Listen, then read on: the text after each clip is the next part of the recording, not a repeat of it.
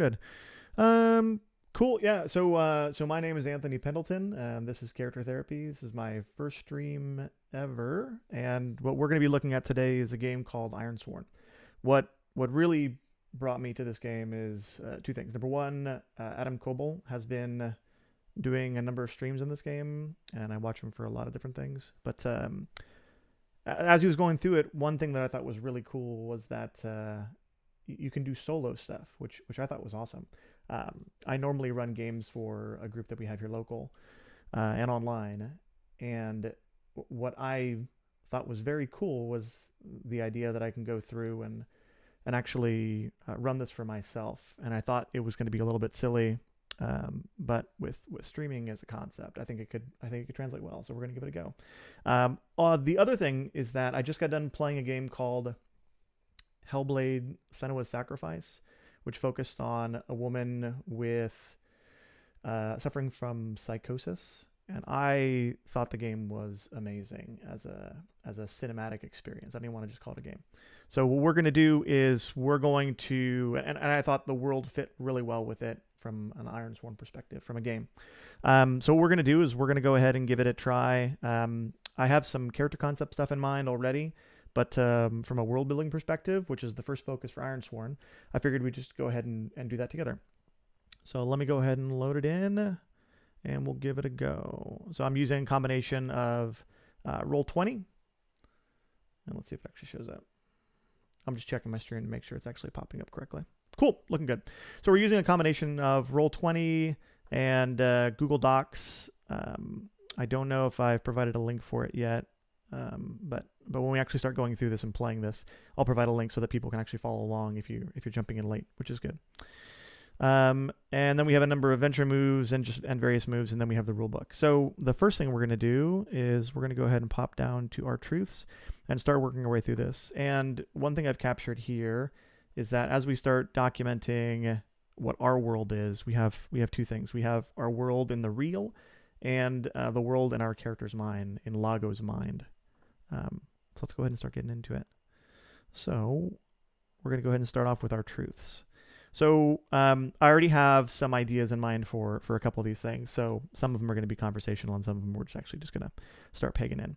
So the first thing is on the old world. So what does our old world look like? The idea I have in mind is similar to what they had for Hellblade.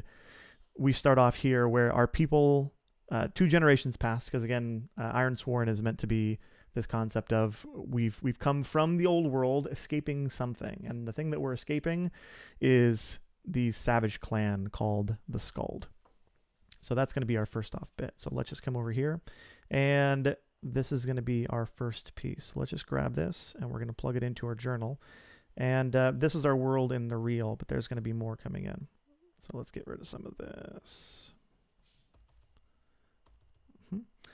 Okay, so we have the salvage clans, and they just destroyed our people. And then 2 generations ago, our grandparents came here, and we came along with them. Oh, we were born here. Let's see here.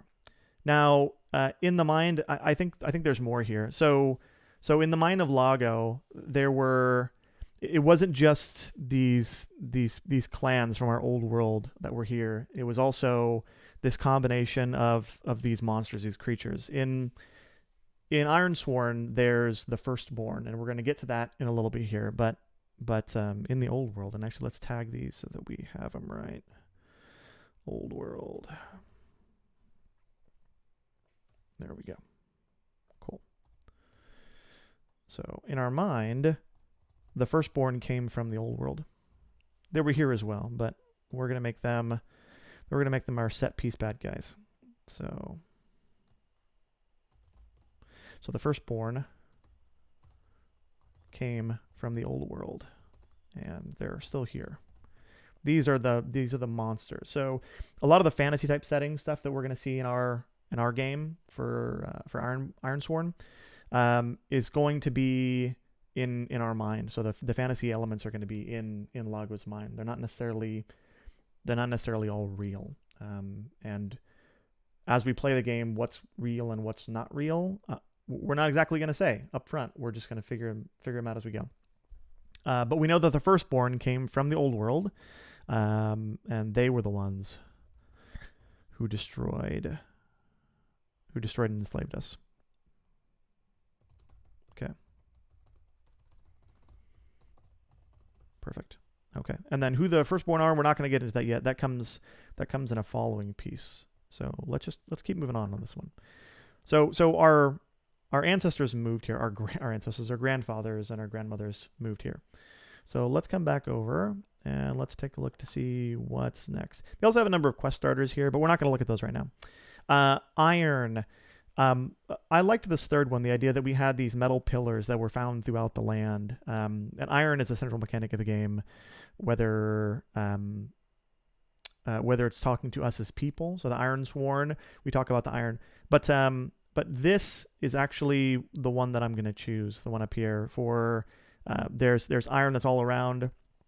There's the star-forged iron, and I like the idea of the hills and the mountains because that's where our character is going to be from. That's where the character knows, and just this idea of taking all of the old mines that were once active when our grandparents first moved here, and all the places that our character Lago could explore in his mind as we're going through this. Could provide some interesting set pieces. So I thought that was interesting. So let's grab this. And then we're going to plug it in for iron. Perfect. Okay. There we go.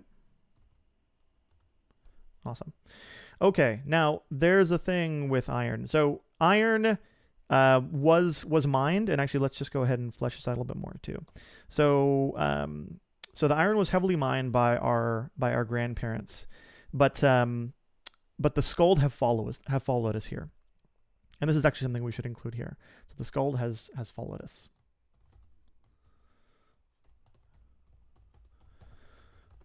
and they have periodic raids just for people because again they enslaved our folks. They found out that we moved, and so they actually come here for easy pickings. And also iron is found here on our island, but it's not found on the old world, and so we're perfect for mining this iron and doing all the work for the Skald, and then they come here and they not only take us as slaves, but then also iron workers to be able to bring back to the old world to work for them. Periodic raids for both people and iron, and then we work the land, and they call from us. Okay. And so iron is still a thing, and people still have iron, but a lot of, since it's heavily targeted by the Skald, and actually let's put this in here. Iron is heavily targeted, heavily desired by the Skald, as it does not exist in the old world. Okay, and then they will raid. Raiders will target both iron as a source, and then also the tools and tools, weapons as a priority.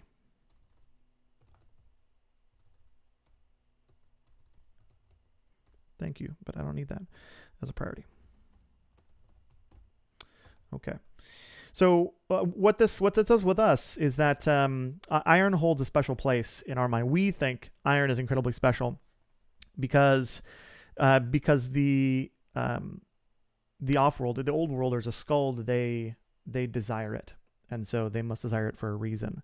And part of our psychosis is we hold a pretty deep delusion that iron is powerful and it's able to destroy these creatures. And part of that is in truth. So part of these are in truth. Part of these delusions are in truth. Is that by having the iron, we're able to, the armor is stronger, the weapons are better than what we have in the old world, which is probably like bronze or something. And so, but we've attached some kind of mythical element to it. Lago has, our character, and so iron has power over the firstborn. And it also has contains some sort of magic. And allows... Yeah, we're just going to stop there for now. I have an idea for my character that we're going to bring in a little bit later where Lago thinks he can do... Lago thinks he has a power. So we're gonna get into that. But for now, it contains some sort of magic. Okay, so we have the iron. And it's rare. Because it's targeted, iron is rare in our lands. As having it makes us more of a target for this gold. Perfect. Okay. Let's come back over to here. And today's session is going to be relatively short. I'm just going to be working through the world setting, and then the next time we come back, we'll kick off first sessions. Okay. Legacies. So we're the first humans to walk these lands. Other humans sailed here, and before the Ironlanders and other people lived here. Their ruins are found throughout the Ironlands. We're going to choose this last one, and the people who lived here from before were a previous target of the skull. They are long since gone, and I'd imagine that we're probably taking some of these places. Some of our settlements, and we'll get to that in a second here, would have come from them. Legacies. Okay. Let's plug this in. Okay. Another people lived here. We're going to remove this part about the firstborn because in our setting, there is no actual firstborn. Before the Ironlanders, another people lived here. The ancient ruins are found throughout the Ironlands. This was a prior target. Prior human target. Now, let's see, because everything's human right now in our world. Target of the Skald. And then our people have taken up residence in some of their old ruin sites. And even potentially are mining some of their places. There's probably a number of mines that are around too. Bog iron or pig iron. Yeah, it's and I'm just talking to some of the folks in the channel here, Kenny. Yeah, so with this one, it's a good piece of feedback there. What we're going to be doing on ours is that we're going to have some of our mines that are going to be in the mountains. These are going to be previous mines that we would have run into, and it also fits in with our character setup. We'll explain why in a little bit here. Okay, taking up residence some of the old ruin sites and going into the old mines, and some of these mines are still active and some of them are not. Okay, and then as far as the legacies are concerned, in our character's mind, that's fine. There's no difference here. Okay. Communities. Few in number. Yes. So since we're so targeted by people that are coming in, by these Skald, we have to keep our settlements small. So let's do this. So these are our settlements. And let's grab this line. Here we go. First one. Few in number in this accursed land. Most rarely have contact with anyone outside our own setting or village. And strangers review with deep suspicion. So this plays in perfect with our character because everybody that we run into, just as a matter of course, is going to be incredibly suspicious of us as we come into town, which is going to be great because that's just going to feed into our psychoses and delusions, which will make things even more difficult. Difficult means interesting. Okay. Some mines of multiple type of metal in case you want to double over metal meat. Yeah. It's going to be all kinds of problems. Xenophobic are people? No, it's not so much that they're xenophobic, but and actually, let me just I could provide the link for the view. Let's see here. If in chat, if you do !journal, I think I've made a link where you can actually view this as well, so you can see some of the previous parts. It's not so much that we're xenophobic, but our people are targets of this very aggressive clan called the Skald that come after us. There you go. You got it. Okay, cool. So let's get into it. Stranger view, desuspicion. Okay, and then the big reason here is because since we're targets, since our people are targets of the Skald.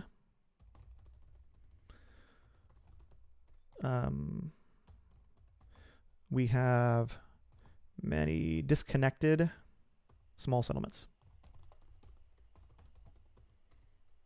that dot the land. Ooh, I'm wondering if so the people that came before us were also targets of the Skald. So they must have had the same issues. So I think what we're gonna do is we're gonna run into situations where a lot of our settlements are kind of like, I don't want to call them hidey holes, but they're gonna be like places in the mines, in the old mine. Yeah. So here's what we're gonna do. So in the foothills, less so in the mountains because it's a little harder to work, but in the foothills,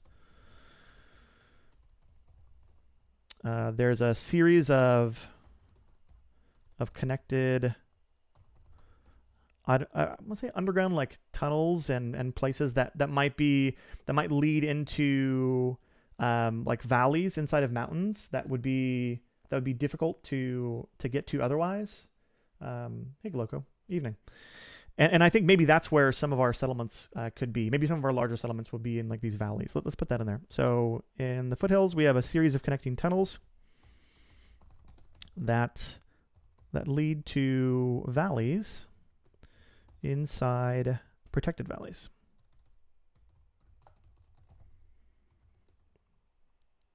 Surrounded by mountains. Top hat and monocle? Yeah, I'm going to have to. Okay. Protected valleys surrounded by the mountains, and these would be difficult to get to otherwise. Okay.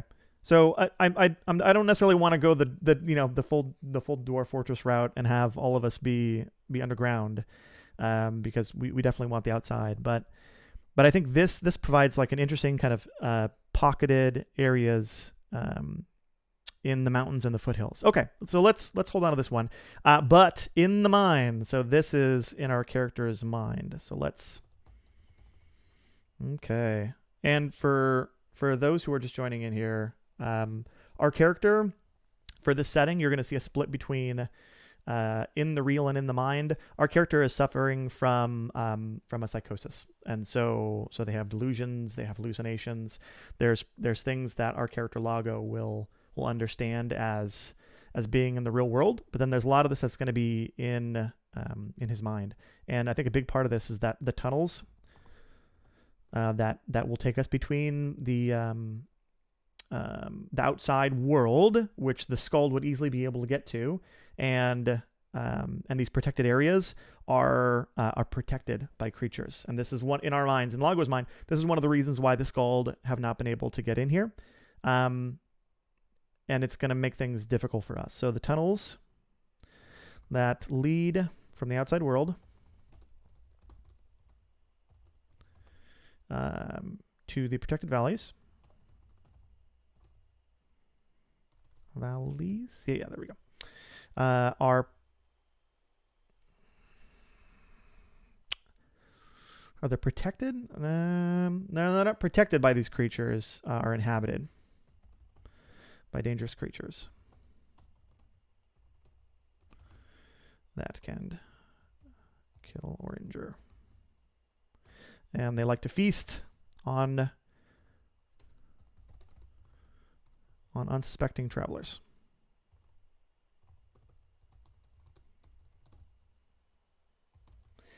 If you believe everything can be dead, and plug sites, movement, plug the opening. Yeah. Vent out the gas. Yeah, we're not going to go that far down into yet. Okay, let's see here. Feast on unsuspecting travelers. Okay. So travel between and into settlements is going to be incredibly dangerous for us. And the part here is that maybe a lot of these are like old mines and shafts, and I wouldn't be surprised if some of them from long ago, because this potentially could have been like hundreds of years ago, could be things that, just going through them could be incredibly dangerous. Goloko in the mind. No, it's not an in the dream scenario. It's our character Lago is suffering from psychosis. And so there's a lot of things that are true in the world, but but in Lagos' mind, just because of some of the things that he has seen with the Skuld, these very aggressive people that come and enslave and kill his people for resources, that he's created this kind of fantasy world on top of it to be able to deal with a little bit better. So part of what we're dealing here is we're creating what actually exists in the world, and then we're creating what exists in the character's mind, just a setting. And then when we get in the game itself, we won't know which ones are which. And to be honest, we don't really care, because from Lagos' perspective, it's all real. Okay, so that's good for now for settlements. And then we can come back and flesh these out later. Let's see here. Oh, that was communities, not settlements. Let's fix that. Okay. Communities. And communities. Okay, and they're deeply suspicious, because our communities are very small and fragmented, and that's fine. Okay, so let's come back over. Leaders. It's going to be varied.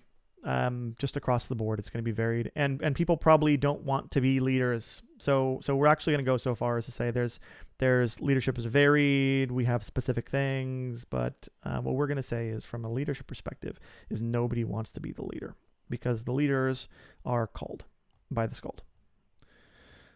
Leadership. No one in any of the communities wants to be or be seen as the leader, as these are called out by the Skuld. Yeah, leaders make for more effective defense and are problems. Dibs in the giant man-eating spiders. Oh yeah, we're absolutely getting there. That's totally gonna be a thing. Okay, they're called out by the Skuld, and in our mind, that's fine too, because it's just this is just a collection of folks that are trying to survive, and maybe in ours we have let's start putting pieces to this. So for leadership here, what we're gonna do is we're gonna start creating a bad, and the bad here is in our mind. There is a hunter. There's a hunter that exists within the firstborn. And we're not going to name them yet because we don't know what they are. We're going to get to the firstborn in a minute here.